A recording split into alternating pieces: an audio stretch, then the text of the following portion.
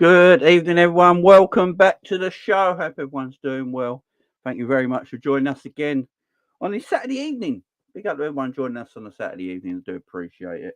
We got a lot to talk about. We've got the Liverpool Arsenal match preview and a lot of other things to go as talk about as well. First off, I would love to say this is just me talking right now to you guys. I'd just like to say a big thank you to everyone in the community, everyone on social media that is watching this, and just thank you very much for all the love and support you guys have shown me and my family over the last few days, and over the last year or so with my children in and out of hospital for their disabilities and their needs. And it is felt and it is appreciated by all of you. Um, Phoebe is a lot better now. She's back home. Things are going to go well. Fingers crossed, everything will be all right from now on. But it was a scary time. But big up to everyone. Thank you very much for staying with me. I do appreciate it. And guys, big thank you in the chat. Okay, big thank you in the chat. I do appreciate it. But look, we got things to talk about. We got Liverpool, we got Arsenal, one of the biggest games of the season. And help me talk about this massive game. I've got my man K-Mac with me. K-Mac, how you doing? I'm good. I'm just writing down some numbers and doing some stats while you were talking there. Okay. The I'm good. I hope everyone's well. And also, we must say R.I.P. to Conor Bradley's dad. Really unfortunate. Conor Bradley dad's passing away. I believe it was today. So, yeah, it's a real shame. A real shame for that young man. And well wishes to him and his family. But Liverpool, Arsenal, Liverpool, whatever way you want to say it, K-Mac, one of the biggest games of the season. It's got a lot of importance this Sunday because, in my opinion, if Liverpool beat Arsenal, I think Liverpool go on to win the Premier League. If Arsenal beat Liverpool, I think it derails us a little bit, but I don't think it's the end of the world. Your thoughts, my man, before we kick off everything? If we win this, I think we win the league 100%. I'd still think we win the league even if we draw. But if we lose it, it gives Man City the impetus, and I don't want to give them any. I don't want to give them any encouragement. It's an interesting one. I'm literally doing some stats on Klopp's last half of the season finishes. Just while you're talking, quite interesting. Some of the numbers I've got here, but yeah, I think we win this. We win the league probably by like 3 games. Seriously, it's the hardest game of the season that's left. Yeah, because the City game's at home, ain't it? So you fancy yourself a little bit more against City at home. But yeah, this is our hardest away game left of the season. There's no doubt about it. It's gonna be a difficult game. We'll get more into detail in the game in a minute. But I got you here, K-Mac, and I wasn't obviously around for the Liverpool-Chelsea game. Obviously, everyone knows why. I want to know everyone's thoughts on the Liverpool-Chelsea game. I haven't spoke about it. I had a chance to speak about it, so I want to talk about it a little bit now for 10, 15 minutes or so, and then we'll get back into the Arsenal chat. But for me, watching that game, it was a bit hard watching that game because of what happened to my daughter, but I was sort of chilling there. But that is the best Liverpool have looked all season. I just thought that was the best Liverpool have looked all season. They just looked like it wouldn't have mattered who we played on that game at home. We would have beaten anyone. We literally smashed the granny out of them, as they say down here. We smashed the hell. We smashed the hell out of them, man. We smashed the hell out of them. The fluid way we were playing, we were stretching the game, keeping the pitch nice and wide. The midfield was running. McAllister, my God, we're going to talk about him in a minute. Conor Bradley, superstar. Jota, just an amazing finisher. Darwin Núñez, either the most unluckiest player in world football or just needs to do better. I don't know what to think about Darwin, but your thoughts on the Chelsea game, man? Because I thought it was just an amazing performance by the Reds. I actually think it's the best we played since 2018 season. You know, when we were just completely annihilating teams in like the first 25 minutes. And I'm talking like teams like Arsenal. You know what I mean? Just smashing them at home and stuff like that. And like when we go away to like Benfica and Porto and like teams that are like never been beaten at home in like 2 years, and then we just go and do them like 5-0 and stuff like that. That's what it felt like. It just, that midfield is something special. And you're talking about a 23-year-old, a 23-year-old, and a 25-year-old in that midfield. And they made their £350 million midfield look like a bunch of children. And they're really individually very, very good players. Like we wouldn't turn our noses at Enzo Fernandez and Caicedo and Conor Gallagher. We just wouldn't. Like, they're good players. But Curtis Jones, McAllister, and Dominic Szoboszlai just schooled them in how to play football in midfield. It was unbelievable. Yeah. I mean that game, Joey Gomez played as the inverted left back in midfield. Most of it. He was absolutely incredible. McAllister would have got man of the match for me if it wasn't for Conor Bradley basically doing. Well, let's go through a few individual performances in that Chelsea game. Let's go through a few individual performances from that Chelsea game. Now, obviously, mentioned him there, Conor Bradley. You know, we know, recently how good he's been.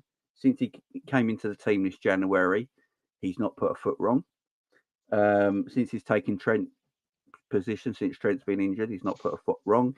In fact, when he came on against Arsenal in the FA Cup and he locked up Martinelli, straight away, like, hang on, this little tiny little player here. Then against Chelsea, this is what I like about Conor Bradley. He keeps the width, which I really, really like, which gives us more room in our midfield for runners like Szoboszlai and all that. That's why people like Szoboszlai was able to get into the box to get a header. How many times have you seen Szoboszlai in the box from a cross for a header recently? Not many times. He has to stay outside the box. But because Conor Bradley, he gives us space, Bradley. Yeah, exactly. Something we just haven't had enough of. Yeah, because he keeps the width. His ability, I think this game's really underrated as well. His ability to run forward aggressively and not to be scared about being out of position defensively for a fullback of his age, I think is great. It shows great guts, great balls, great determination. His ability on the ball as well. It's one thing. He's not just a runner. He's got ability on the ball. He's got a good pass. He's got a good cross. There was times where he's really feeling himself against Chelsea. He was doing like a little cross turns and little roulettes with the ball, around the asses, whatever you want to call it. Confidence.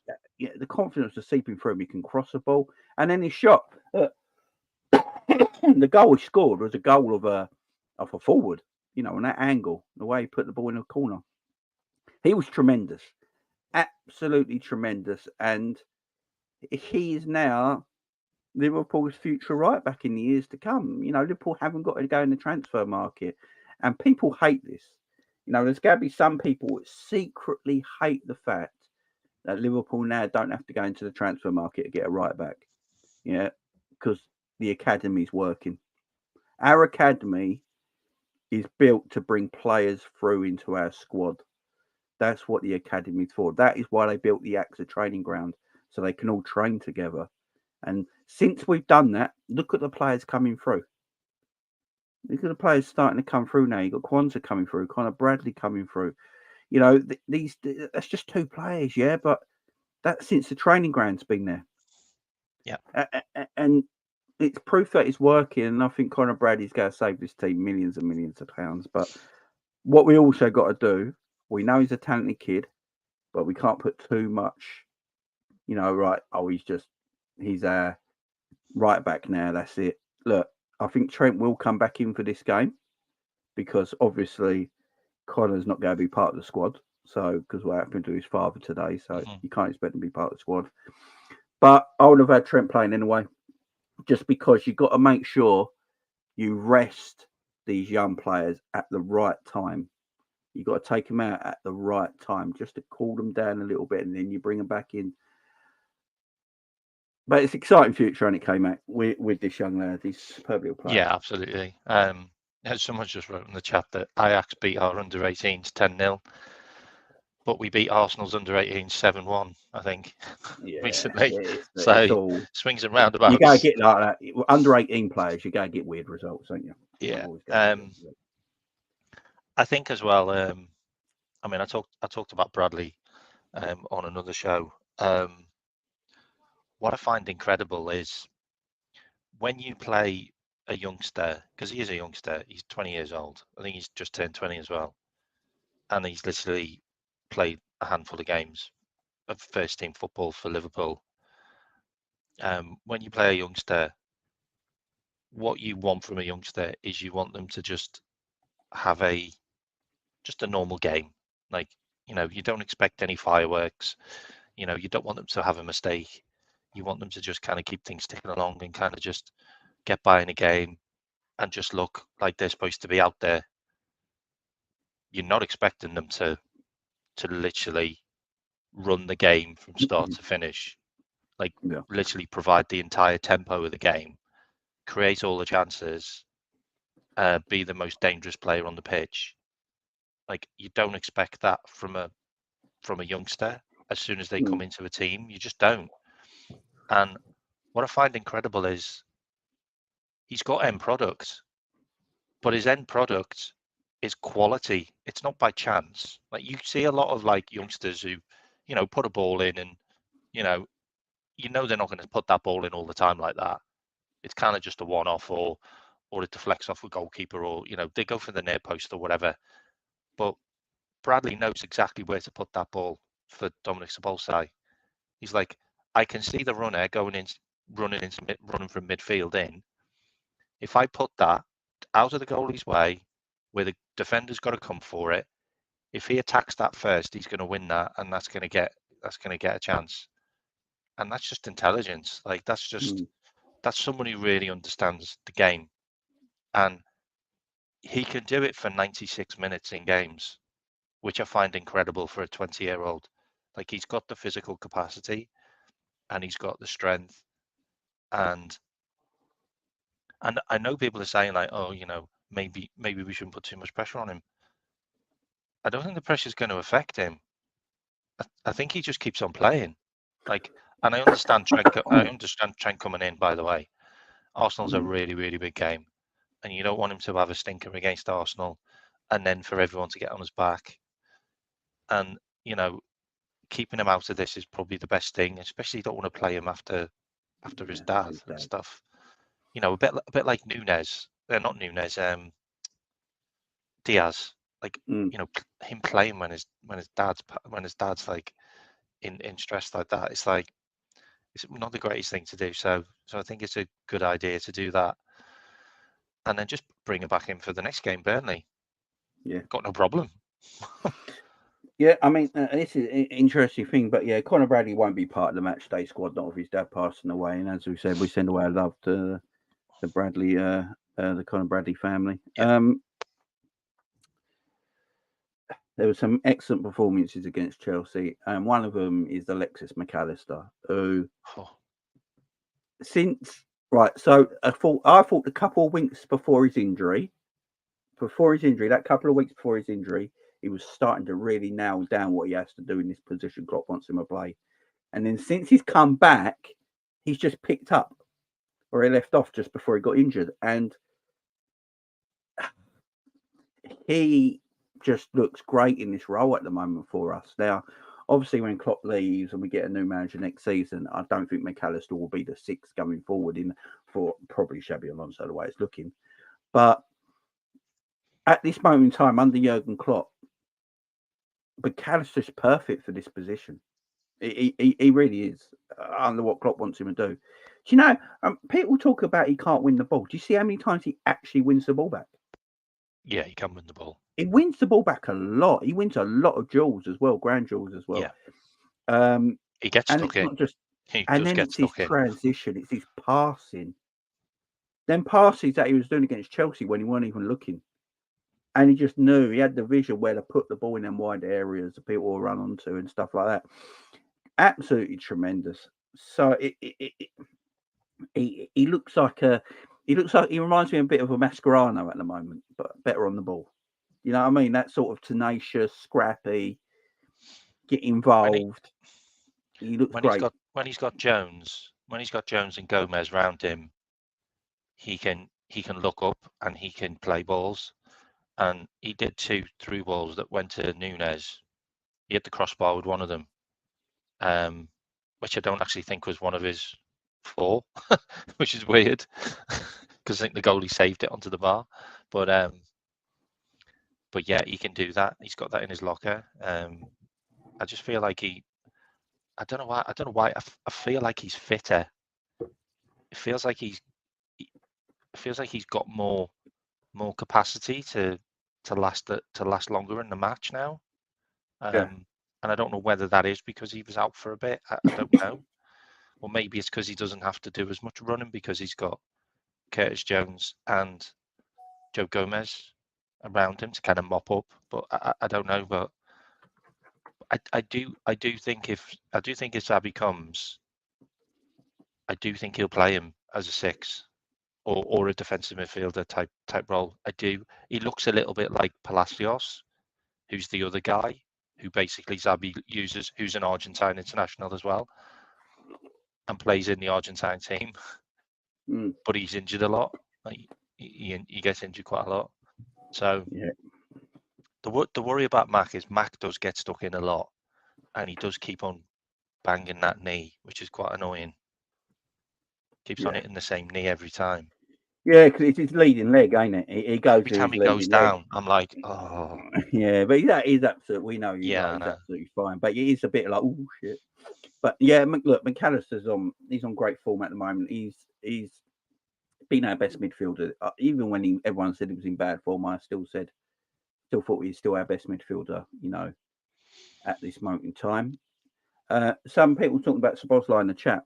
So when I was talking about Conor Bradley, I'm not saying Szoboszlai ain't been playing good with Trent. What I mean by it is that because Trent cuts inside and joins the midfield, Szoboszlai runs on the outside. When Conor Bradley's playing, Szoboszlai runs through the middle because he hasn't got Trent running that way into his way, so he has to make the whip. So that's what I mean by it. It's not that he plays excellent in both ways. Trent inverting or Conor Bradley keeping the width. It's just he's an intelligent footballer. I just wanted to clear that up for anyone who thought I was talking otherwise. But John plays better without Trent, by the way. That's just a fact. And Szoboszlai was great again. Szoboszlai's running's ridiculous. It's insane. He don't walk in 90 minutes. It's constant movement. And I do think we miss his running when he's not available because he occupies the other team. But I tell you a player, this is the player I love the most at this moment in time, right? I know he's 50-50 with the fan base, right? Darwin Núñez is... What I'm going to say about... The reason McAllister and Szoboszlai and all them players, and Curtis Jones as well, have more time on the ball is because Darwin Núñez stretches the opposition. Because he stretches the opposition, that means he takes midfield runners or defenders and occupies them, which gives you more room in midfield. That's why Darwin plays. And yeah, his finishing's not great. We know this. He hits the ball too hard. That's Darwin's problem. He hits the ball too hard. But you can't drop him. I don't want to see a game without Darwin playing. I'm going to be serious, man. He stretches you. I don't think people realise how much he stretches the opposition, occupies defenders, and gives our midfielders more time on the ball. You know, if you're giving people like Szoboszlai, Curtis Jones, and McAllister, whoever's playing in that midfield, the quality they have more time on the ball benefits Liverpool. And he stretches the opposition. He makes fantastic runs into wide areas. He takes on fullbacks if he goes wide. He takes on centre backs. He runs at teams. His actual final ball is better than his shooting at the moment. His final ball always seems to find a player. No matter what he does, he always seems to find a player with his final ball. That cross to Diaz weren't easy, by the way. No, it was a tremendous bit of play. Yeah, he finishes. He's done that before as well, by the way. That's not like the Yeah, first time he's done it. He did it with Gapco. Do you remember that ball he put in for yeah, Gapco? yeah. He's a good player. I don't think we can have a front three at this moment in time without Darwin Núñez in it. That's No. my opinion, K-Mac. I don't know about you. No, he's for me he's probably third on the team sheet, like behind Ali and Virgil, if I'm honest. Mm. Like I just think he's absolutely sensational. He is going to score 5 goals against the team this season. I'm telling you. Like, put it on your ACCA every single week. He's going to score 5 goals against someone. He's going He's to just smash going to the destroy hat-trick. someone on his own. It's going to eventually happen. The man, like, Yeah. if I look at his chances against Chelsea, I think the 2 he should have scored was obviously the penalty and the header. They're the 2 for me that he should have scored. The other 2, if people think they were chances, they weren't. He took a left foot volley from a difficult angle that the keeper Good saved really well. save. It was a really good save. saves. And he hit the crossbar from a ridiculous. Yeah, I know. It was a ridiculous angle. And he hit the crossbar from a ridiculous way out. So the 2 that he should have scored was the penalty. But then I've seen Salah and Messi and everyone like us miss penalties before. So I'm not going to get too much on him about the penalty because otherwise we've got to get onto everyone who misses penalties. But the header for me is the one he should be burying. Out of all the chances, if he buries the header, I think we forgive the penalty because it can happen. And the other 2 shots that was well saved and he hit the crossbar with, I think you just, yeah. The thing about it though is you are literally talking millimeters, mate. You're literally talking millimeters, like 10 millimeters, and that might have hit the underside of the crossbar and gone in. It's so fine margins. It really is, mate. Yeah. And I mean, if he's blazing it over like Mudryk, you know what I mean? Open goal, blaze it over like consistently. You know, I would be sat there going, yeah, this guy. But he's hitting the bar. He's hitting the bar and he's making the goalie. I mean, he's making the goalie make world-class saves now. Like before, he was just hitting it at the goalkeeper. You know what I mean? The goalie was just stood up and he was hitting the goalkeeper. Now it's the goalie's having to dive to tip it over. The goalie's having to pull off a great save to stop him. And now he's hitting the post. Like he had 15 shots in that game. Like we had 28 shots in total. Like he was just an absolute nuisance. Like Sassy just didn't know what to do in that game. Like I mean, you're talking about Sassy and Badiashile, who are arguably really good defenders next to each other because they were at Monaco, because they were both the Monaco centre backs. And we literally made Badiashile look like he's never played in the Premier League before, and he never should. And Badiashile just couldn't cope with Núñez's pace. And when we swapped Diaz when we put Diaz on the other side, they were just all over the place. Yeah. But like Chelsea were in good form. Like Bournemouth were in good form, and we literally just gave them an absolute lesson in football in both games. Yeah, and it's coming. Teams have got to watch out, mate, because it's coming. I think Darwin will end up scoring a hat trick against someone. Yeah. It'll just happen, but I don't need Darwin to score. He could be out tomorrow, couldn't he? With I a foot think injury. He's fine because he's been training, ain't he? Oh, is he? Okay. He even arrived at training in flip flops, so I think. as long as he's not shooting with flip flops. Yeah, well, Klopp did the press conference before training started, so he just went on what happened in the game. So apparently Darwin was playing that well with basically a damaged foot at the time. So, and he came off and went home in one of them boots. Yeah, but so Klopp, when he did his press conference, he weren't, because their team ain't trained yet. He weren't too sure. But Darwin was filmed. They did inside training or whatever, and Darwin was training loads, and even arrived at training in flip flops. So he looks all right to me. And if he's training, he plays. In my opinion, I don't want him on the bench. But look, I understand everyone saying about Darwin missing chances, and me and K-Mac are not going to disagree with you. He does miss chances, and he needs to watch some of the previous shows. He does need to cut that out. We are not going to disagree with you. What we're saying is, what else he brings to the game, you have to play him. Yeah. You know, he stretches the opposition. That's why our midfield gets so much time on the ball. You know, because he stretches the opposition. Jota don't stretch the opposition. Diaz can sometimes. Salah rather come ball to feet.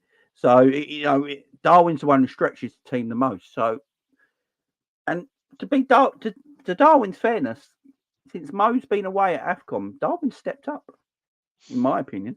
Yeah, I Darwin mean, stepped up I think since he's been away. I think he's got 4 goals since he's been away, like 4 goals and maybe like 5 assists. I think he's on like 11 goals, 11 assists now this season, Yeah, which is not bad at all. Let's be fair, it's it's not bad. good all round play. It's Yeah. good all round play. But I think people in the thing that they want a 30 goal season goal scorer out of him. And I look at world football You've got right goal now. scorers all over the pitch though now. Yeah, that's just the thing. And I also look at world football right now. And how many 30 goal seasons goal scorers actually is there? There's one, and he plays You at Bayern. You got Harry Kane and probably Haaland and Kane. They're probably they're Oshman had a good year last year. I think he's on 8 goals this season. Yeah, I just one-hit wonder. Osherman's a one-hit wonder for a season like that. Isaac is a great striker. But I don't see Isaac being a 30 goal season goal scorer. Just don't think it's in that. No. I think he's a great player though. But no, we score all our forwards score goals. This is the difference. Yeah. I've always said this. You look at certain teams. Yeah, certain teams rely on a certain player to score their goals for them. So, with Brentford, their main goal scorer is Ivan Toney, and it's evident. Yeah. Man City's, it's mostly Haaland, but other people do chip in. But if Haaland plays, he'll get the majority of the goals, as you saw last season. You don't. And if Salah's our main goal scorer, and say Darwin's getting 15 goals a season and about 10 assists or whatever, Jota's getting 15 goals a season, and then Gakpo and Diaz are chipping in with 6 or 7, then I'm perfectly fine with that. I don't see a problem. I think that's incredible, by the way. Just those numbers you're saying. But that ain't far out of what's happening right now. I know. It's not far out of what's happening right now. I know. Go on, you speak a minute came out. Yeah. The thing about it as well, and I've said this before on other shows, is Salah always has to eat. Like, for some reason, Salah just has to be fed, and he is constantly at Liverpool. And now that he's not in the team, all the other players can start eating, and you can see that. Like, since Salah's been out of the team, like Jota, Diaz, Nunes, Gakpo have all scored goals, and quite a lot. And you have to think about that. Are we focusing too much on one player? And there's other players out there which can also do a job.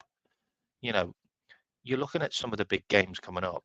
We got Arsenal away now. We've got Man City at home. We've got Aston Villa away. We've got Wolves away there, and Tottenham at home. They're all tough games.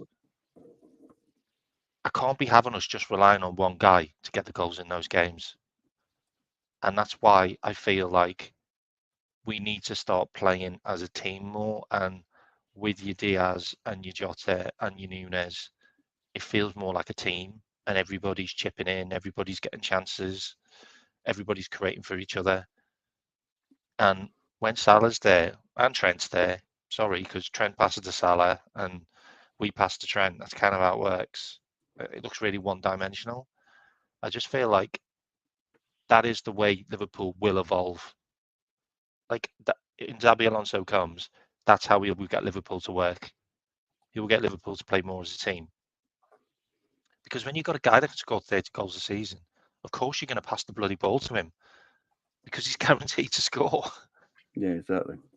But if he's the only guy that scores against Arsenal and Man City and Chelsea, in those games that we've had, which have been tight games, when you've got other players, if you just gave the ball to them more, they would score goals, and then you can win like 3-0. Why would you not take the latter option? And that's what I feel like we've done too many times now. We've took the first option, which is Salah and Trent, and now you can see without those two, it's open season. Like, everyone's got a chance. Like, Curtis is chipping in, Dom's chipping in. You know what I mean? It's not going to be long till like Gomez chips in. Seriously, it's going to be like that. Go on, mate. Yeah, I've got the stats up here. So Darwin Núñez this season, 34 games played in all comps. He's got 11 goals and 11 assists. So 11 goals and 11 assists for Darwin Núñez this season. He's been a sub a few, by the way. He's been a sub for a few. Yeah. Most Salah stats are mad. Well, Salah stats. Mo's never a sub, so it's like he plays. Like Salah stats after 27 games is 18 goals and 9 assists. Jesus. And he's a right winger. I think we just sleep on Salah. You know what's really interesting though is we need to look at that and then see who else scored in those games. So the games that Salah played, that he scored the 18 goals, did we only score like 25 goals in total in them? You know what I mean? Yeah, I see him. Yeah. Jota. Jota's stats are a bit mad as well. So Jota's played 25 games, scored 13 goals and 3 assists. Mate, he's only had like 30 shots, by the way. Yeah, and in those games, that's incredible. Luis Diaz has got 8 goals this season and 3 assists. So when I said earlier about them getting them, they're all on that route. So Darwin's probably going to get 15 goals this season. Could get 15 and 15 in assists and goals in all comps. Salah, when he comes back, is probably going to get close to 25 goals in all competitions. Luis Diaz is on for double figures. Cody Gakpo, I think, is on 6 at the moment. And the way Jota's going at the moment, wouldn't be surprised if he gets 20 in all competitions. No. That's madness. That's why we don't need an out-and-out striker who just is the main goal scorer. That is basically your Mane and your Firmino back in the team, basically. Yeah. Isn't it? So it's basically Jota's doing the Mane goals. Jota's and then you've got your Núñez doing the Firmino goals. And you've even got Curtis Jones. Curtis Jones could be on double figures by the end of the season as well. Like, that's not beyond the realms of possibility. And, you could have the likes of Dom on maybe 5. You know what I mean? And that's kind of picking up all the goals right across the team, which is just fantastic. Like, that's just exactly what you want. Yeah, definitely. Angel says, we look more fluid lately without Salah, in my opinion. Now, I have been... So, the way I look at it, right? The way I look at it is that we play a little bit more fluid in attack without Salah because they're all stepping up. So Jota and Darwin and Luis Diaz all know they've got to step up because Salah is not about. So the main man's not here. We've all got to step up. And they, I think Darwin and Jota play extremely well together. The intricate passing. Darwin stretches the pitch on one end. Luis Diaz stretches the pitch on the other side. And Jota has that freedom through the middle, yeah. I agree with it in a little bit. The fluency is better in attack without Mo. But Mo's an elite goal scorer, and you can't not have him in the team. And this is the see, my front three when Mo comes back is Mo on the right, Jota in the middle, Darwin Núñez on the left.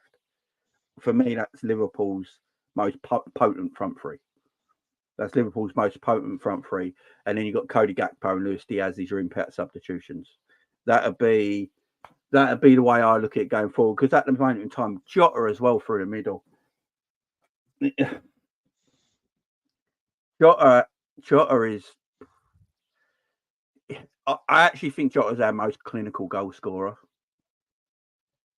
I actually think he's the most clinical goal scorer in the Premier League. Yeah, a lot of people have been saying that. I really do. Not rival fans as well, not just Liverpool fans. Yeah. I've heard a lot of that called that we're going around about. I think he's more clinical than Haaland. Seriously, Jota is just doesn't make chances. This is what people. It's clinical and goal. Goals. Haaland's a better goal scorer, but you can be more clinical than a better goal scorer, if that makes sense. Yeah. Sort of. Well, he gets more chances. Like Jota doesn't get many chances. So, I mean, that Jota, they got this last season. I'll go back last season. I was worried about Jota. I was like, should we let Jota go because he went 30 odd games without scoring?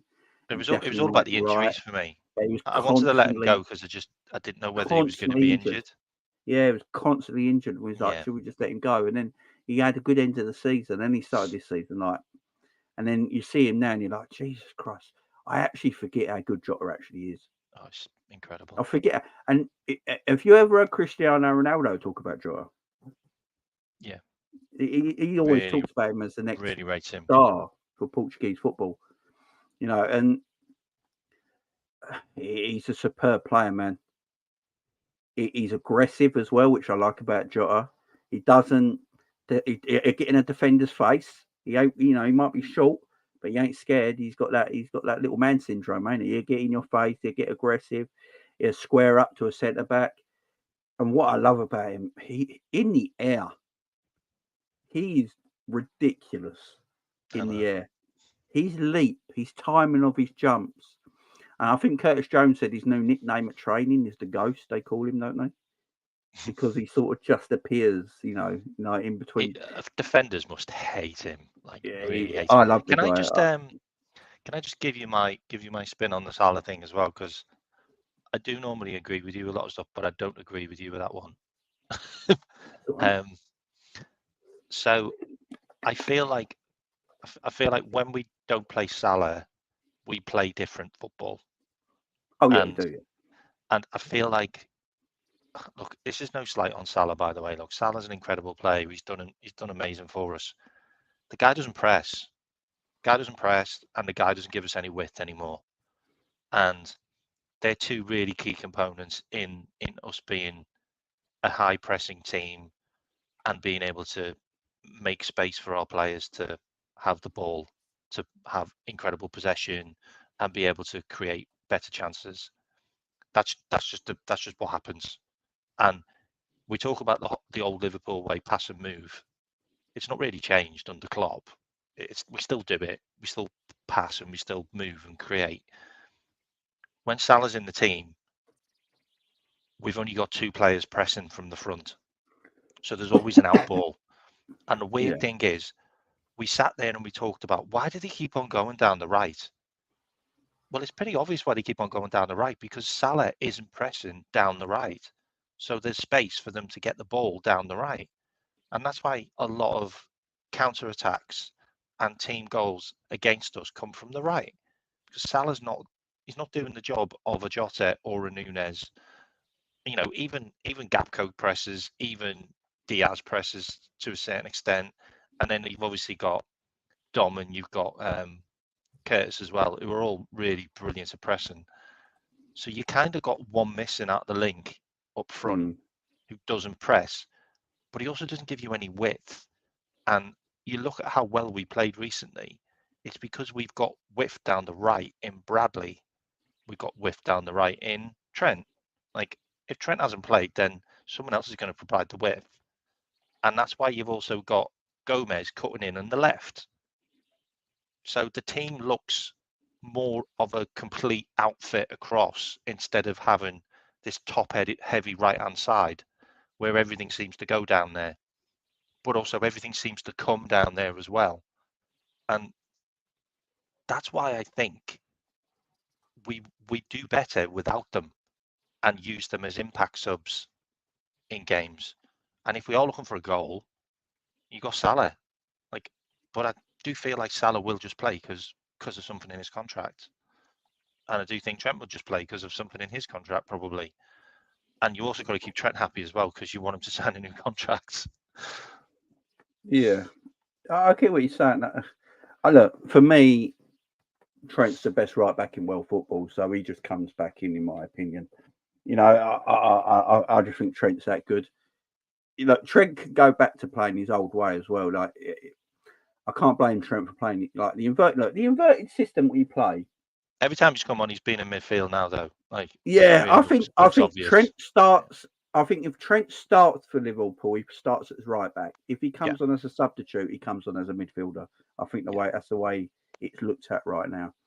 And I've got a thing about Trent being a sweeper, but I'll talk about that another day. Ooh. Because I'm tuning into that show. Yeah, I think you can play that sweeper role, the old Mateo Sama role, where you just you sit in front of the back two. You're not really a DM.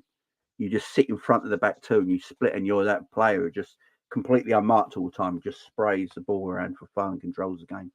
Yeah, I think that's where he can play. But yeah, with Trent, I think if Trent just goes back to doing what he used to do, what Conor Bradley's been doing, that width, going up and down the line and doing that, there's no, it's Trent all day long, obviously. But then you've got good options in Conor Bradley as well, which ain't a problem. But yeah, Trent's ability on the ball is second to none. I can't not have him in the team. But the Salah thing's interesting. The Salah thing is interesting because, Liverpool fans and especially Liverpool fans, have thought, oh, how can we go without Salah? It's like people forget, like most of the time when Salah's at AFCON, Liverpool actually win. We've never lost a game. We've drew one game, by the way. Yeah, we've won them all. It's a mad thing. Like, I think the 2 years back, Ox played right wing instead of Mo. We won all our games, I do believe. Yeah. I think Ox got like 3 or 4 goals in that time as well. Yeah. So it can work, but what I like about it. Yeah, I like the fact that we got 2 different styles of play now because we've got 2 different teams. If you look at our squad, we've almost got 2 11s now, and we've got different ways of playing. So if Trent and Mo are playing, we play that inverted role from Trent's position. We play through Trent, and you got Mo up top. If them 2 are not playing, you play Conor Bradley on the right, and the play goes through Alexis McAllister through the middle, and we have more width in attacking areas, and Gomez does the inverted role on the other side. So I think we've got to give Klopp a lot of benefit, like a lot of praise here, that he's created 2 systems now for 2 teams. That's why we're going strong in all competitions. That's why we're going strong in Europa, domestics, and the Premier League, because this is the first time, and this is why it's a shame Klopp's actually leaving, because this is the first time, I think, in Klopp's tenure at Liverpool that he's got a squad where he can play 2 almost different systems, with we're almost having 2 11s. Yep. And that's just that's to praise him, man. I think it's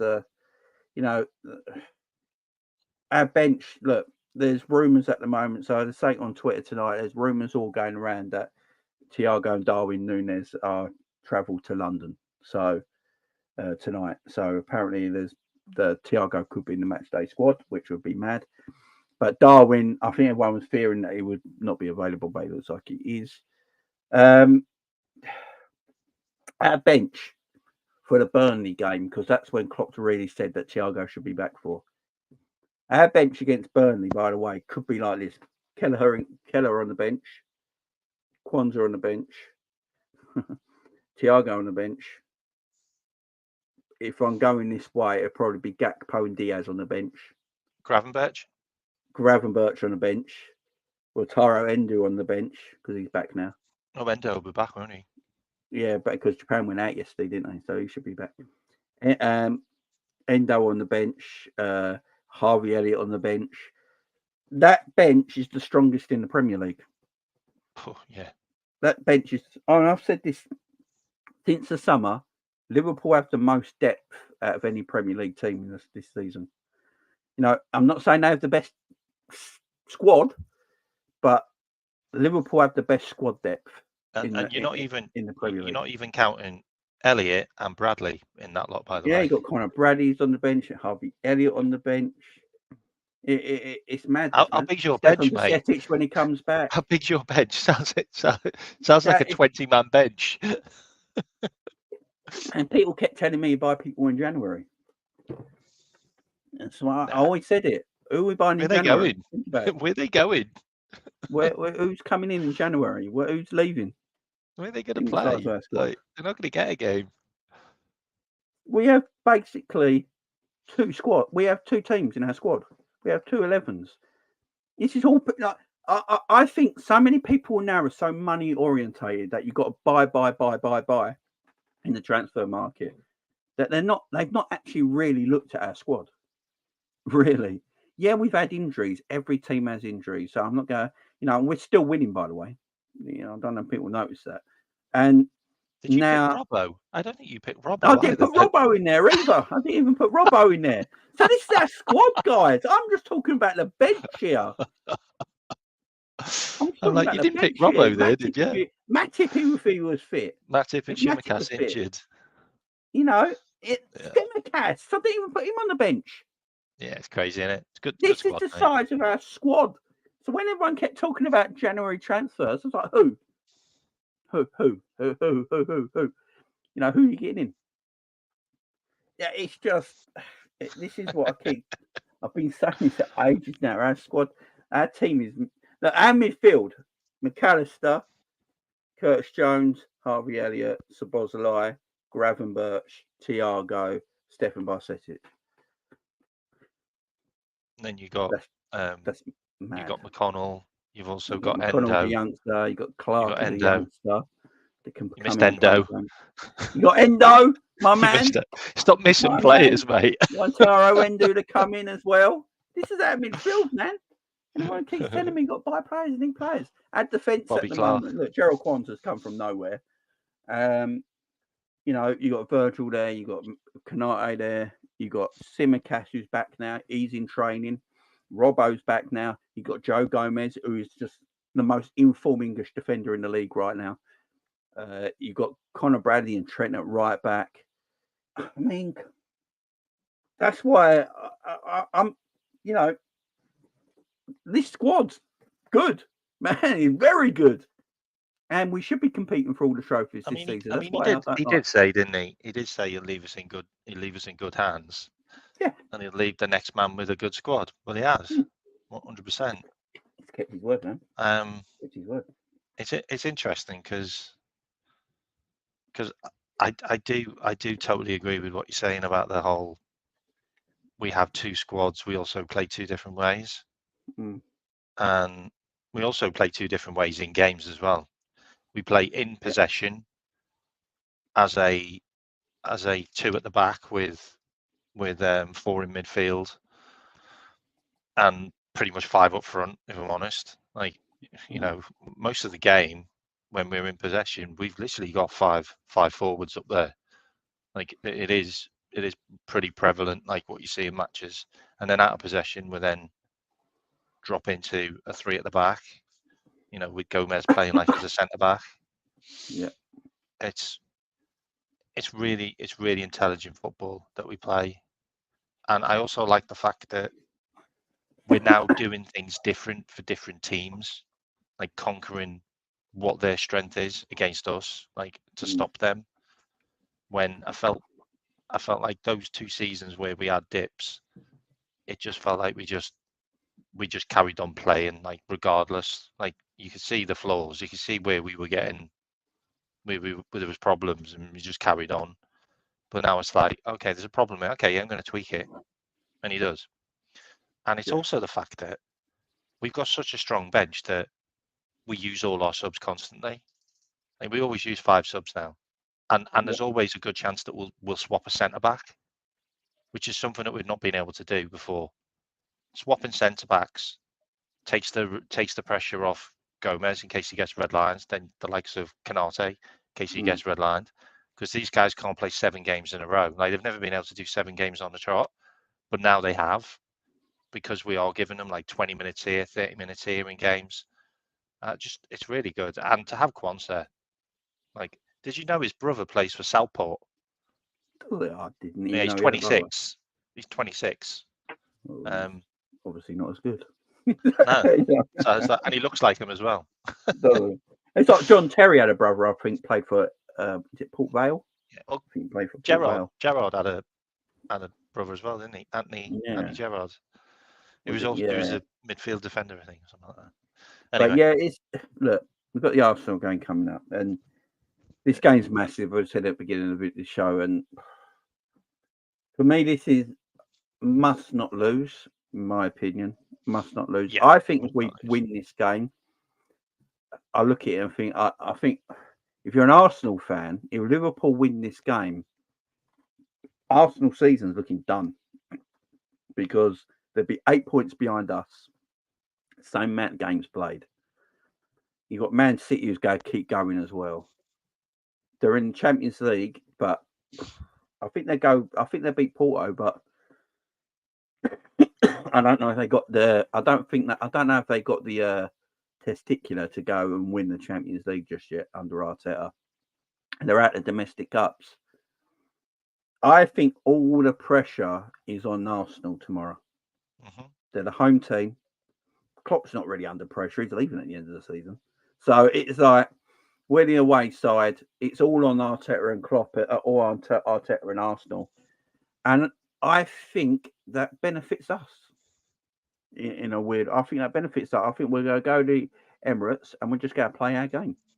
We're going to play our game. We're going to try and dominate the ball. We're going to move the ball quickly in transition. The one thing I've been saying about Arsenal all season, they move the ball so slow. They move the ball really slowly. Now, Arsenal fans especially keep going to the FA Cup game where we won 2-0. And they keep going on about the chances they had, and it should have been 4 or 5 at half time. If you go back and watch that game, they only had really 2 excellent chances. Yeah, they, battered us around the box and all that, Pauls. But, they they didn't. 9 o'clock. They had 2 really clear-cut chances. The Havertz header that he should have scored, and one from another corner. That was their 2 best chances were from corners. Set pieces, mate. Yeah, and Arsenal were excellent at set pieces, especially at their corners. So Liverpool got to be careful of that tomorrow. But they've got a habit of scoring important set pieces, like as in it takes the lead. Like we don't do that with our set pieces. No. That game as well. I mean, we played our reserves. Yeah, look, it was 0-0. We brought youngsters on. Klopp was all right if we went out. We literally played a load of reserve Klopp players. was all right if we went out. You know what I mean? Yeah, they had their best team pretty much. Like they really did. Can I give you some numbers on Klopp and Arteta? Yeah, go for it. So they played 11 games. Klopp and Arteta. They are quite formidable opponents against each other, by the way. So Klopp's got 5 wins, Arteta's got 4 wins, and there's been 2 draws. But I think the really interesting thing about it is we've scored 20 goals. They've scored 9. They don't score a lot of goals against us. And I'll give you some of the results as well. They're interesting, like. So we've obviously got the 2-0. That was the last time we played them. That was in the Cup. Then we got the 1-1 at Anfield. Then it was 2-2 in 2023. Then 3-2 to them in 2022. And that was a game which we should have won as well. And there was some controversial refereeing decisions in that game. That was at their ground. And then we beat them 2-0 in 2022. Then 0-0. Then 4-0 21. Then 3-0 in 21. And then we had a 0-0 cup where they won on pens. And then you're going back to 2020 when we won 3-1.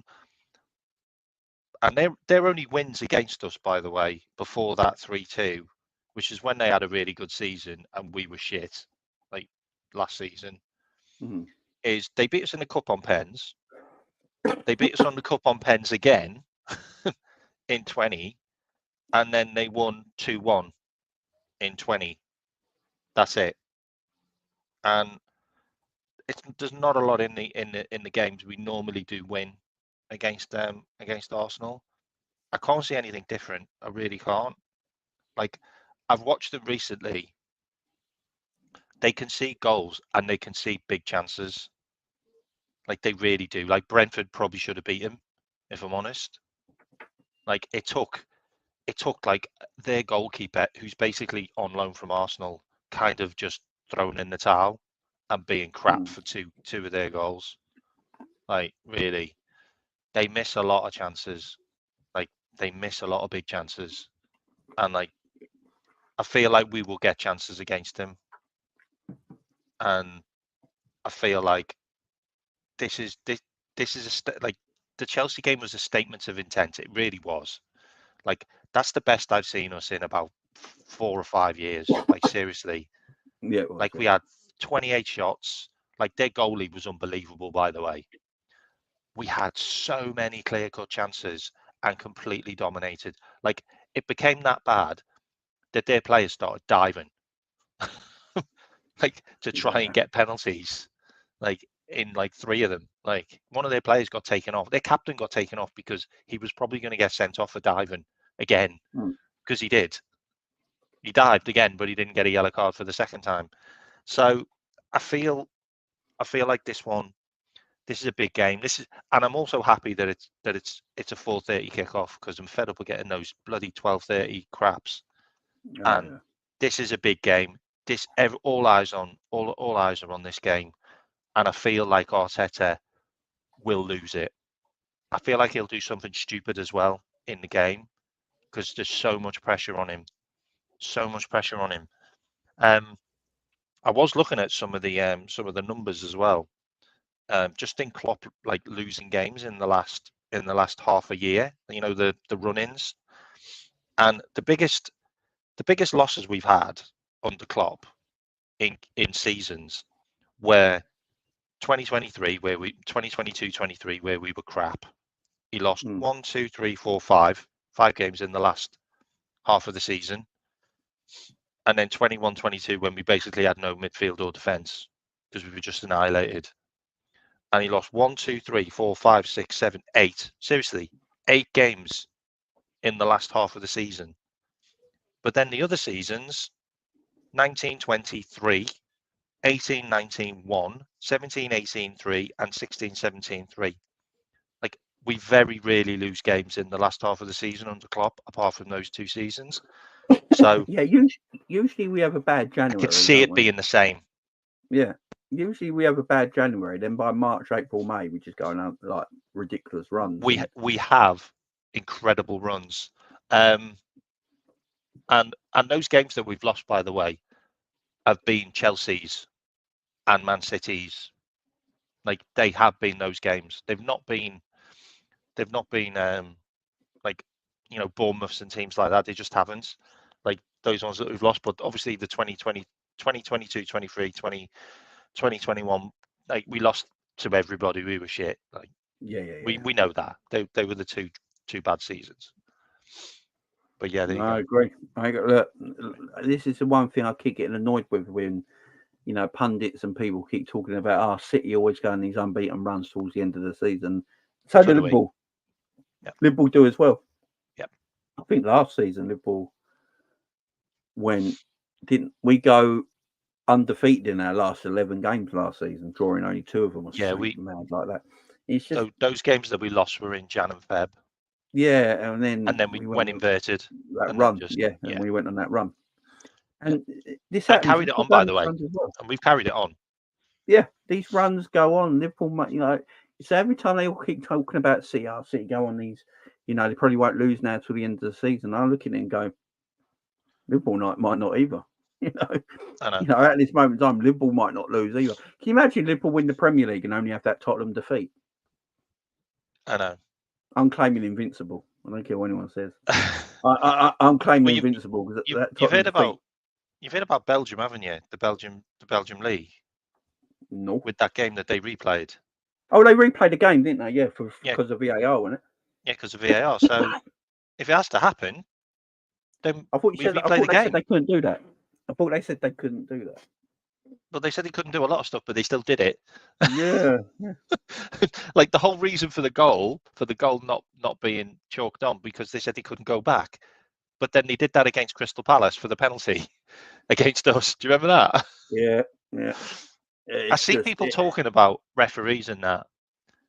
I think you have to look at it differently now, because I think the referees and VAR have literally been highlighted so many times over and over against Liverpool that I do feel like they are really making a concerted effort to come up with the right decision now in our games. Mm-hmm.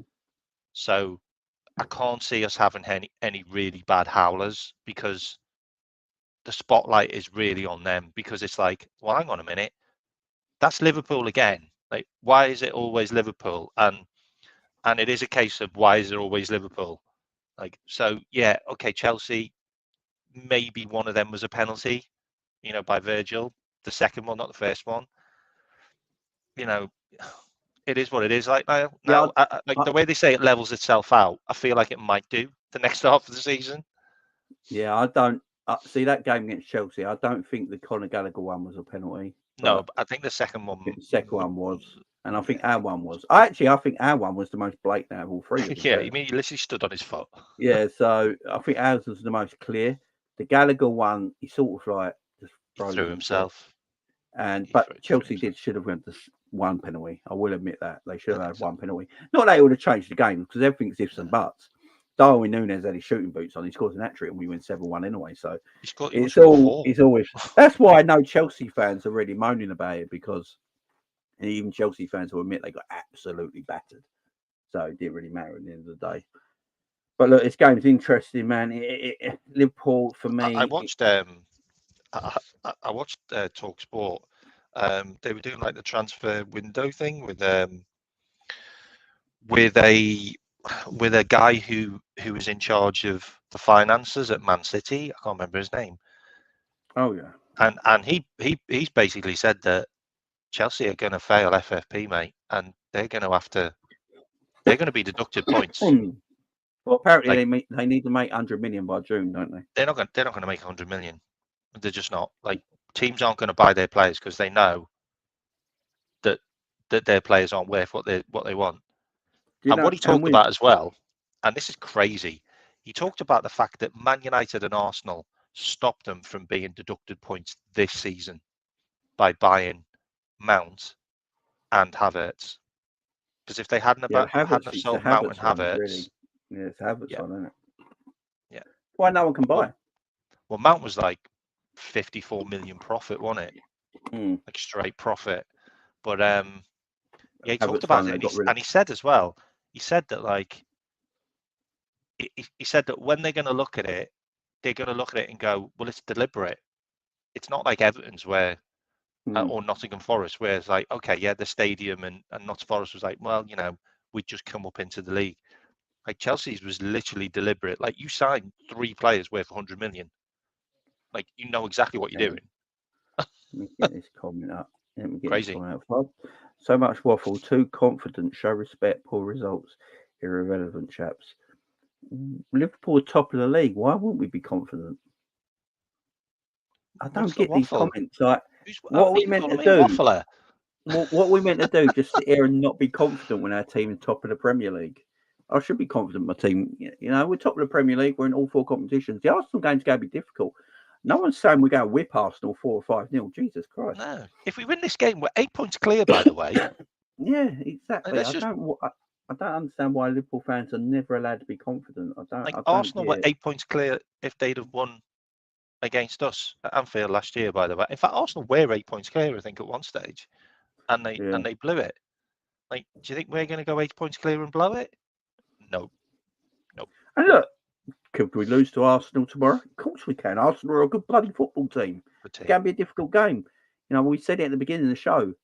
This is Liverpool's hardest game of the season left because it's away from home at the Emirates.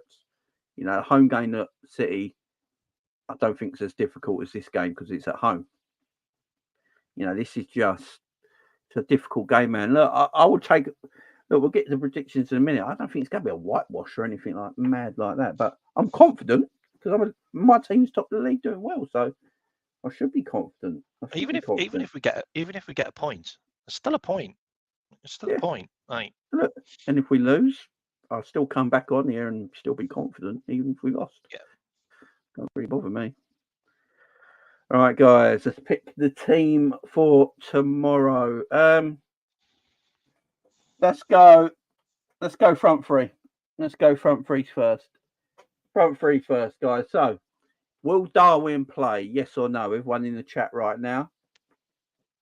Will Darwin? Sorry, have you seen Albert? Albert. Yeah, love you, Albert, man. No, I want 3 points, mate. Yeah, we all want 3 points. Yeah, we all want 3 points. Probably stuff. Catch me with a super chat. Thank you very much. Hi, Jamie. I'm glad you're okay now, and I hope your little girl is on the mend.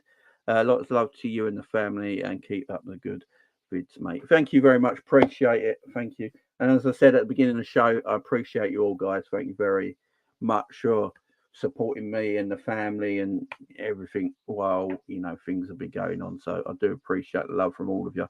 Appreciate it very much. So do we think Darwin will play? Everyone's saying yeah. Bench of Darwin. Josh reckons. I reckon he'll be on the bench as well. I reckon he'll be on the bench as well. Big up Wade in the chat. Players came back from injury. Gives us a competition for places. It certainly does, man. You know, our squad.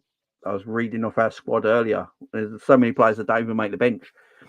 Big up Albert says, I'm going to the Emirates. I will come back with a victory. Big up Albert. Big up Albert. Take the big luck up to with you, subscribing. Man. Big up to everyone subscribing. Much love. Big up to Enz in the chat as well. Enz, hope you're doing well, man. Hope you're doing well. Best up Jamie in the chat. Darwin must start. I agree with you, Enz, but I think because of that foot got mentioned, I just wonder if he's going to stay on the bench. Big up to everyone in the chat. Hope you're all doing well. Josh is going Diaz, Gakpo, and Jota. Yeah, I mean, right. That starts for me. Let's go with the obvious. Jota in the middle. Yep. Big up, Albert. Thank you very much. Joey, hope the baby's okay, love. Big up, man. Appreciate it. Yeah, it's doing good, man. It's doing good. I really appreciate it. Big up, Zob. Just subbed. Big up. Thank you very much. Much love to you, my friend. Enjoy the content. Go and watch all the videos and all that on the channel. I'm sure you'll enjoy it. Sub to me if you want, mate. Yeah, and go and sub to K-Mac as well. Someone put K-Mac's link in the chat as well, please. Yeah, man, I'm quite close to 200 now. Yeah, put K-Mac's link in the channel, guys. I'd appreciate that. Yeah, Jota in the middle for me has to start. He's Liverpool's best number 9 for me. You know, out of all the players we've got, I think he's like the best there. Do you think Darwin starts? Yeah. I think he plays left, and I think Diaz plays right. Ooh. I don't want to see Gakpo or Elliott starting this game, mate. No. Too lightweight. I think if he trained like he did, because we all watched Inside Training, he turned up the training flip-flops, so the foot must be okay. Then I'm going that he starts, man. I did a video last night, Enz. Sorry. I did a video last night, Enz. Oh, resubscribe. Enz unsubscribes. Enz, that's shocking. Oh, I love Enz. Enz. Big up Enz.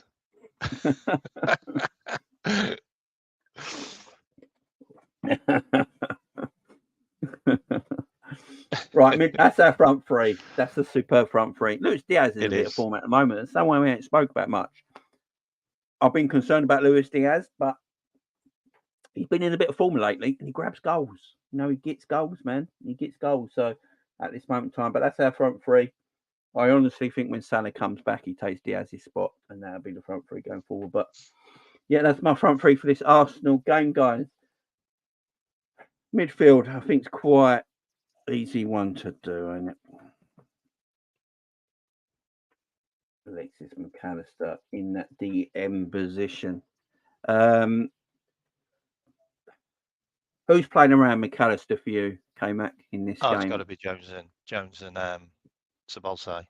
Same midfield three? Yeah. That main midfield at the moment, I would say. Incredible. I don't actually think we played them together that much, you know. Because I think one's been out. You know, there's always been one of them missing. So yeah. You know, it's like one of those. Do you remember we had it years ago where our best midfield, which was Thiago, who was it? It was Thiago, Firmino, and was it Hendo maybe? And they never really ever played together in midfield that often. Like, it's just a weird situation. Yeah, that Champions League final team was the first time they ever played together, wasn't it? Yeah, that was weird, wasn't it? I think it's the same with Jones, Mack, and Dom. I don't think they've all played that many games together, but they're the best three for me for pressing. Oh, man, there's so much strength and legs and skill and like just everything about that midfield is just energy. It just wins. It wins. Energy. Yeah. Absolute energy. Right, the back four. Right, we know Conor Bradley probably won't take part, and fair enough. So Trent would come in. Question: if Conor Bradley, obviously, his dad passed away, which is so sad. If he was available to play, and obviously his dad didn't pass away and all that, would you still play Conor Bradley, or would you put Trent back in for this game? I'd play Bradley.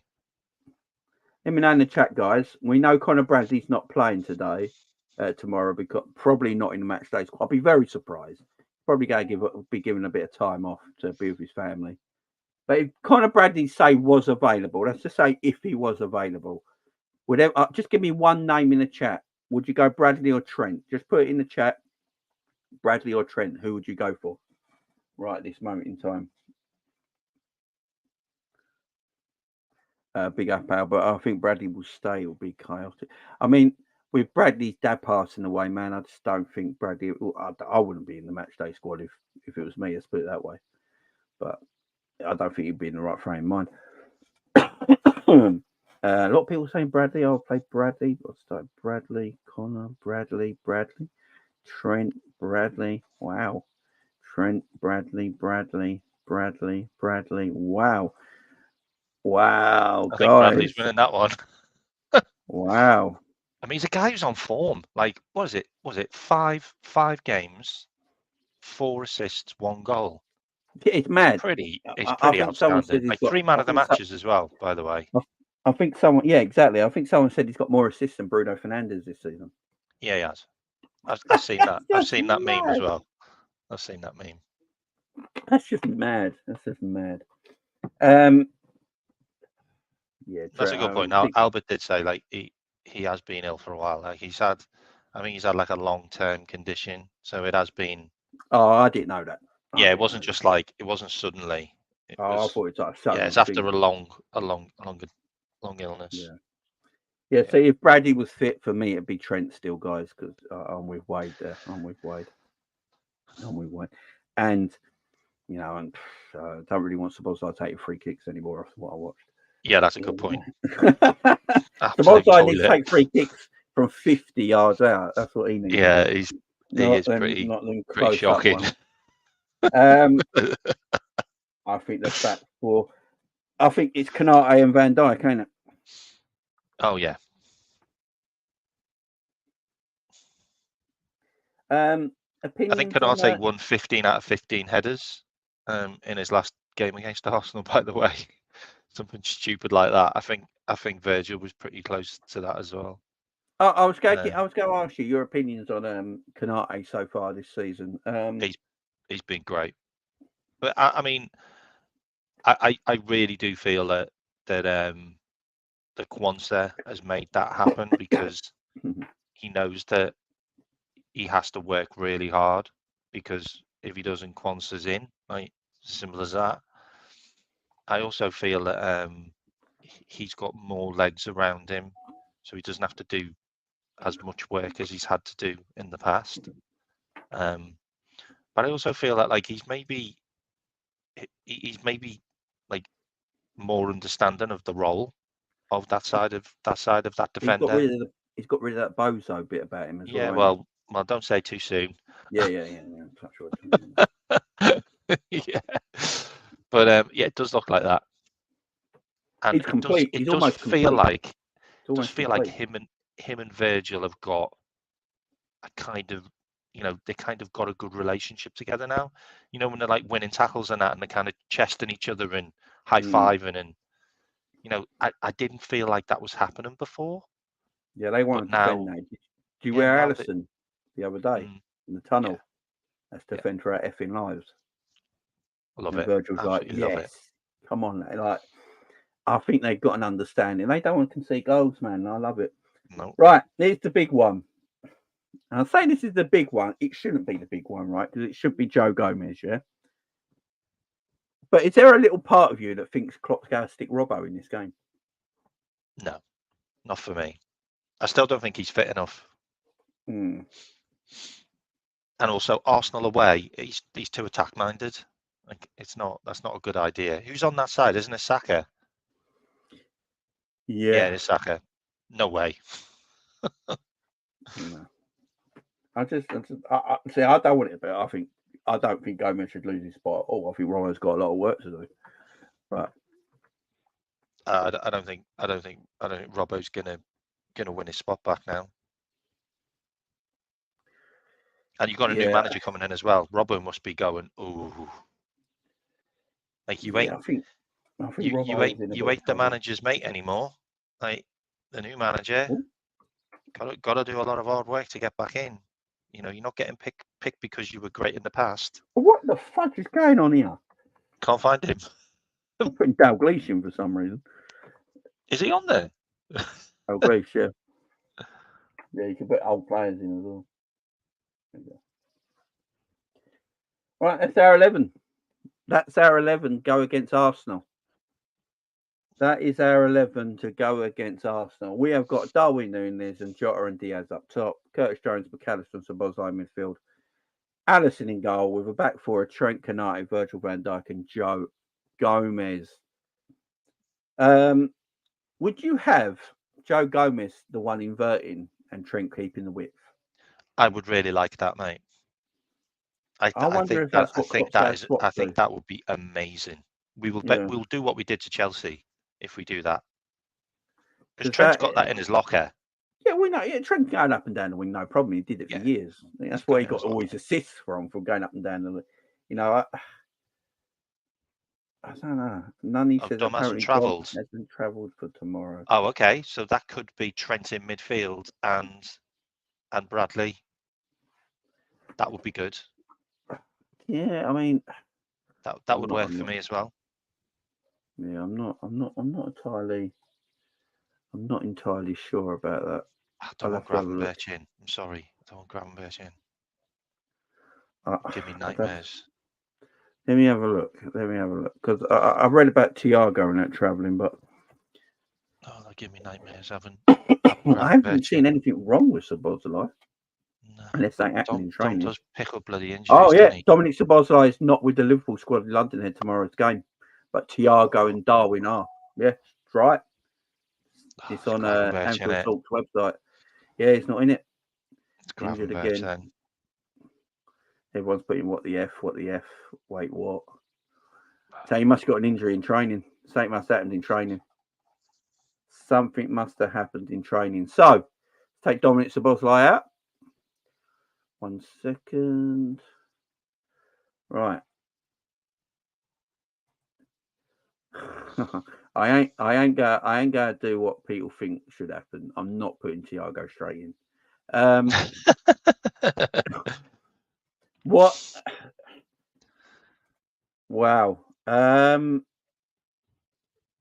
the Szoboszlai hasn't travelled. Interesting. That's thrown me a little bit now. I ain't gonna lie. I don't think he goes Trent in midfield against Arsenal. I really don't. If Bradley is playing, if Bradley does play, then you put Trent in midfield, and you put Bradley on the. Gravenberch will play. I think Gravenberch will play. Oh God. I think Gravenberch will play. God. You can't play RP Elliott against Arsenal.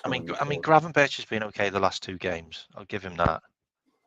But they have only been like against Norwich. I don't think it'll be RP yet. Szoboszlai hamstring out 2 games, reports say. Yep, Tony. He must have done it in training. Everyone doing their bloody. Yep, Tony. Szoboszlai hamstring out for 2 games. It must be. Didn't he get a strain last time, but it weren't a pull? Yeah, he did. Yeah, it weren't a pull. He got a strain, didn't he? Okay, so he's out for the Arsenal game, but then we've got Endo back, so Endo will play Burnley, unless he wants to rest Endo. See, if Endo was here now, I'll just put Endo and McAllister. Yeah, Endo McAllister. 100%. Easily done, ain't it? Gotta be Gravenberch, ain't it? Has he played Trent from the start in midfield yet? No, he won't either. I don't know why my thing's that going so slow here. I don't think he will ever. I'll be shocked. It's a huge miss. It's a huge miss for me. But yeah, he's going to go. He'll probably go Gravenberch. But then does Gravenberch play off the? He plays more off the left-hand side of the midfield. No, Gravenberch is swapped with Jones. I don't like Jones on the right-hand side. Neither do I. And I don't think you want Gravenberch on the left-hand side of the midfield three when you've got Saka. I don't want Gravenberch if bloody Trent's inverting because we're screwed. he ain't doing the running until the Dom does. I'm telling you what, right now, Albert's got it on the head. I think Albert's hit it on the head. Yeah, I think he's right. Albert's hit it on the head, you know. I think Albert might have hit it on the head. He's done this before. He might play like a double pivot of Jones and McAllister and Gakpo just a little bit advanced. Yeah. And play Gakpo a little bit advanced of Jones and McAllister in a double pivot. I mean, that would work. It's very attack-minded. It's four up front, really, isn't it? Yeah, that's very.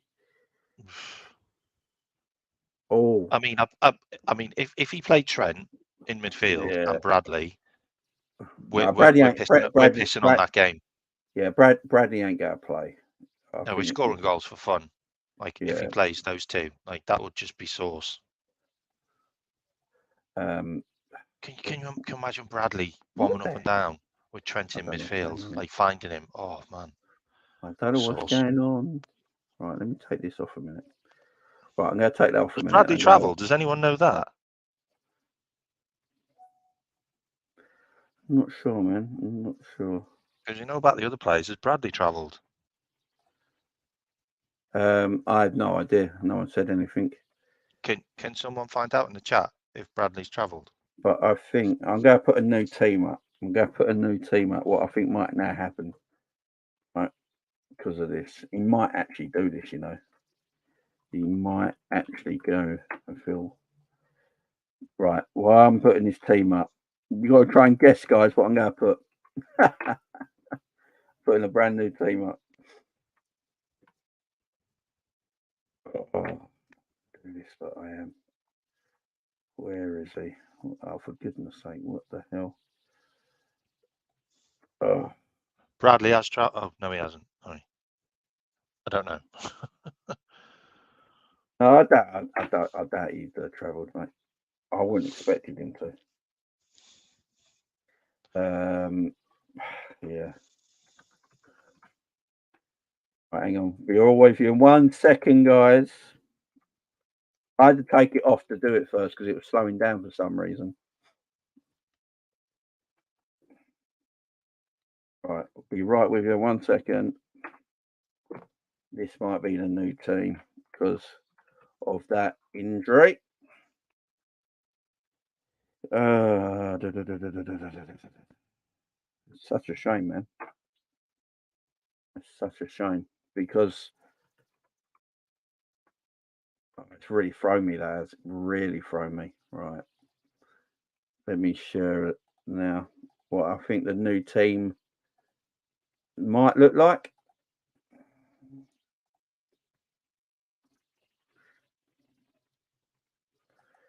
There you go. That's what I think the team against Arsenal might end up looking like now because of that injury. I mean, I'm still happy with that. Yeah, there's nothing wrong with that team. It might be that Gomez at right back, Konate, Van Dijk, Robbo back at left back, Trent into midfield.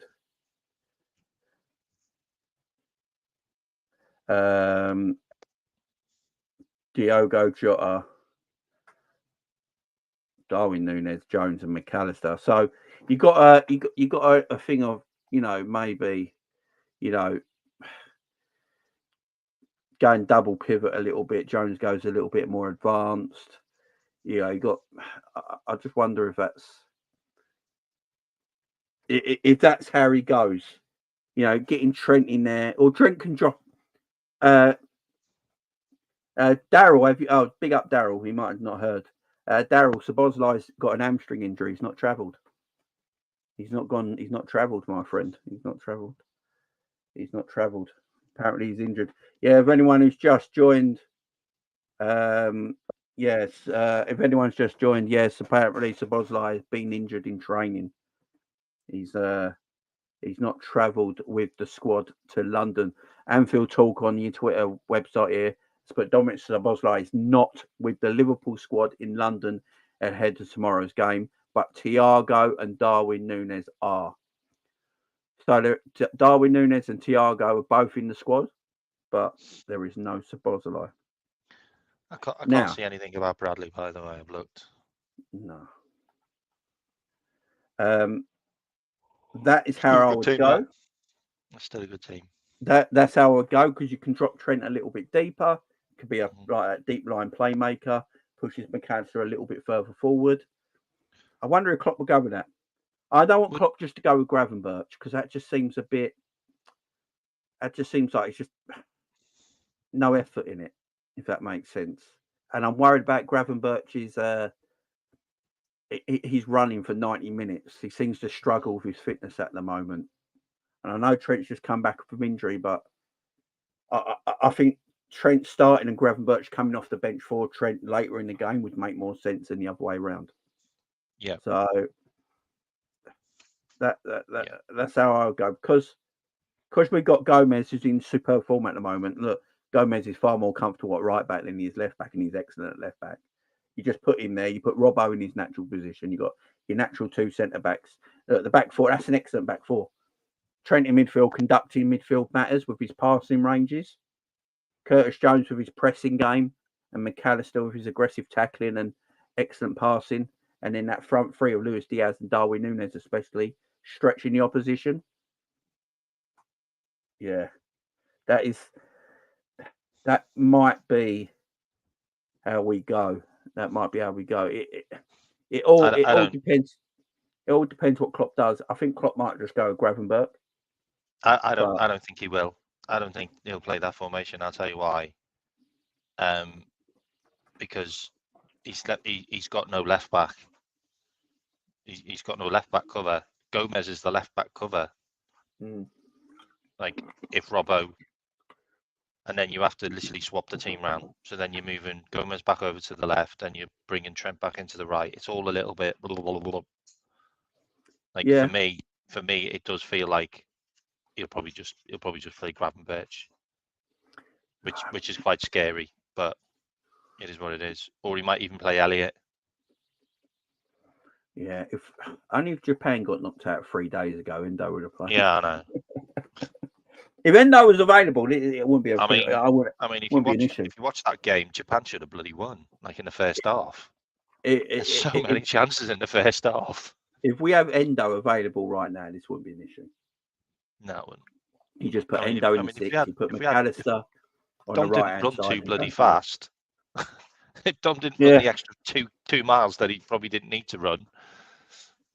But it is what it is. That's quite an experienced team.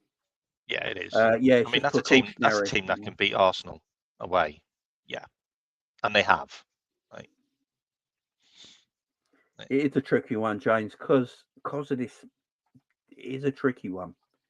But Trent has had a game on it, some time now. Robbo's had some minutes. I just feel like maybe he might not have a choice, man. Two games they played. Is it 30 plus minutes in each game? Norwich and Norwich, they had like 30 minutes, and Chelsea they had like 30 minutes, didn't they? Each. Yeah, it's a tight hamstring. It is a lot. There's a lot to ask them to go a full match at Arsenal, but then you can probably just bring on subs. It's what he had last time, which was a tight hamstring. So I'm glad.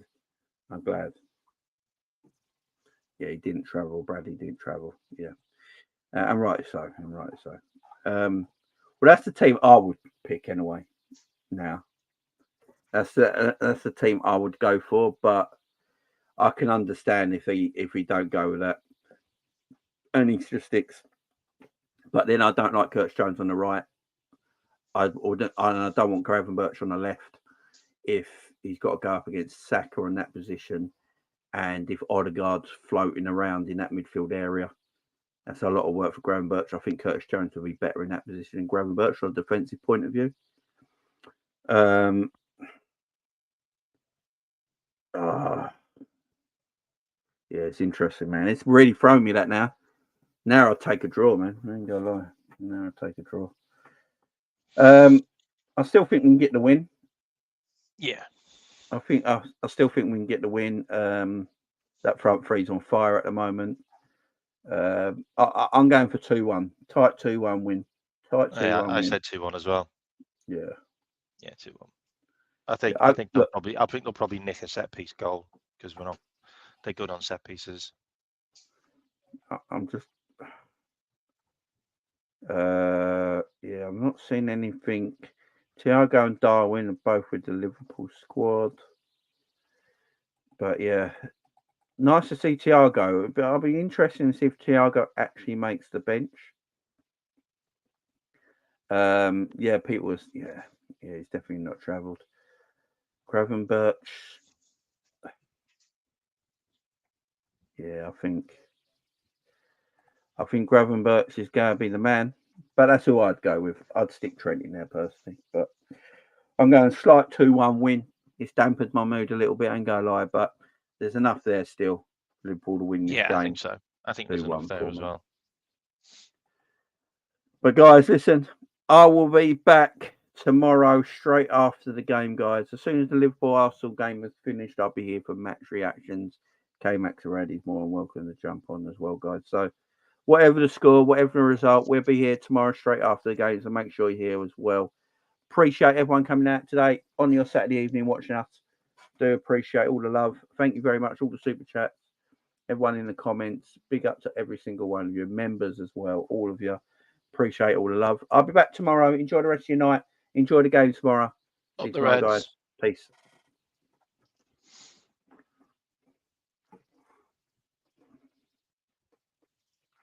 Oh, I didn't. Would help if I ended the stream, wouldn't it?